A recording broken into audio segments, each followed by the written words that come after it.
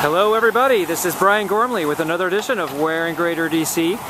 We are continuing our march through the touristy sites of DC that we haven't hit heretofore on our weekly video blog. As people know who've been tuning in for a while, we film all over the Greater DC-Baltimore area, different location each week. The first person to guess our filming location and send that guess to support@cornerstonepropertieshomeinfo.com gets a free prize. We just give away a free gift certificate to this, that, or the other thing each week. So pretty cool stuff.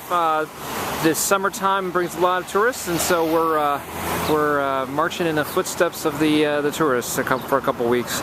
So here's your nice little clue. That is what you would expect, all lit up for the 4th.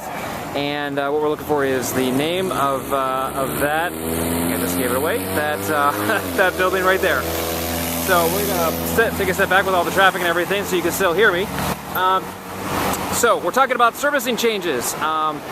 It's been a big pain in the butt, right? Because if you've had any sort of short sales or loan modifications with Bank of America, and this just really dates back through the late fall of last year, or Aquin or City or Chase, you know that servicing transfers happen all the time. You can be literally a week away from your approval letter, having worked a short sale file or loan mod or whatever for months, and then all of a sudden you get notice, dreaded notice, that in fact the servicing is going to be changed hands, going to be released, as they say, service release, to another servicer, and you've got to start all over again.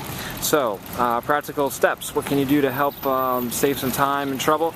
Number one, you want to ask right up front, especially if it's Bank of America or Chase. Chase is getting rid of a lot of their servicing rights too, which is really too bad, because they're one of the best servicers and have been for the last I'd say about 8 or 10 months. Are there any pending service releases planned in the next couple of months? They should be able to tell you. Now, that's not to say that things can't change, but they should be able to tell you, especially a few weeks out, a few weeks to a few months, whether they're going to change hands. Number two, if you do have an approval letter, usually you can get that servicing release transfer date postponed. So if you get the servicer to issue that approval letter, that all-important approval letter, they usually will go ahead and postpone the servicing release, just either automatically, or if you can get in touch with a manager, they should be able to put at least that request in for you.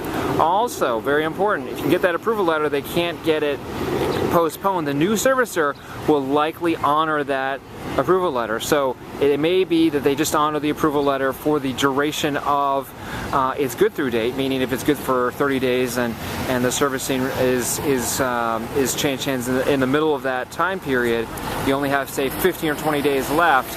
They may only honor it for 15 or 20 days, so make sure you're on the ball and you can get your deal closed. They may honor it for another 30 after that. So very important information to keep that in mind.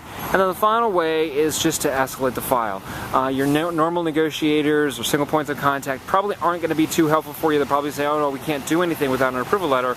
You need to escalate that to the bank's executive office. Say, hey, look, we're a day or 2 or 3, maybe a week or 2 away from an approval letter. Everything looks good. Can you please postpone that transfer? That definitely will work, or could work.